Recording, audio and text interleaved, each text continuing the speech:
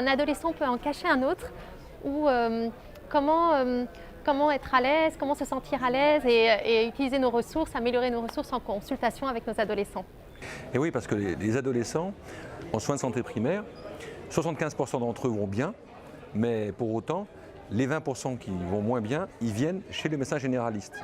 Oui, il y a des facteurs qui sont associés au mal-être, comme des facteurs sociaux, d'isolement familial, personnel, amical. Et il y a aussi des facteurs, des ressources positives qui peuvent améliorer le bien-être, dont les compétences psychosociales de l'adolescent.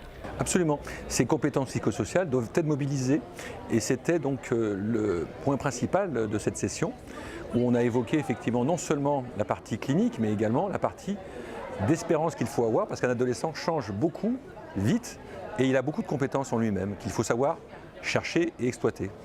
Oui, parmi les facteurs de fragilité et de vulnérabilité, le soutien familial perçu est un élément important à prendre en compte. De même que sa satisfaction par rapport à sa vie actuelle son entourage, comment il peut se projeter dans l'avenir.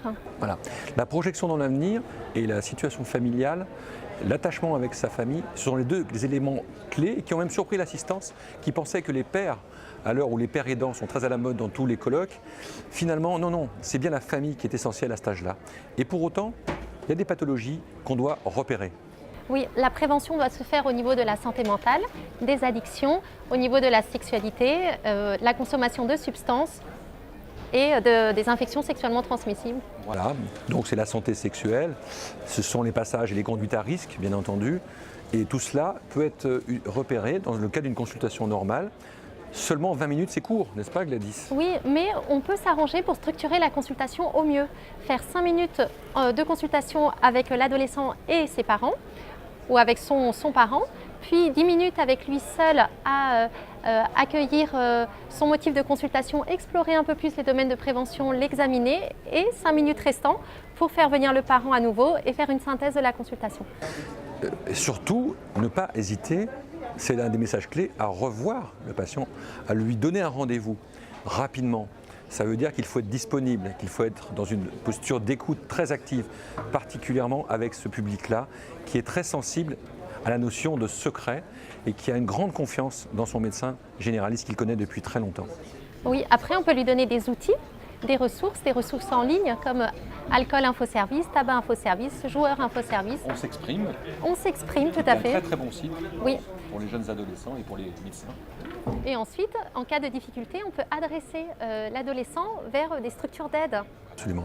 Et il y a des structures d'aide maintenant qui existent aussi en ligne, qui ont été développées, qui s'appellent, donc il y a Fil Santé Jeune, et il y a également les chats qui sont disponibles sur Santé Publique France, qui permettent vraiment d'avoir des échanges à toute heure, jusqu'à très tard le soir, lorsque votre médecin généraliste n'est pas là. Tout à fait. Et si vraiment il y a des drapeaux rouges et des signes de difficulté, on peut l'adresser vers nos confrères pédopsychiatres, psychologues. Les CMP, mais malgré tout, il existe maintenant des projets de prise en charge des psychologues en libéral et nous espérons vraiment que l'année prochaine nous aurons de bonnes nouvelles dans cette situation avec des adolescents en difficulté.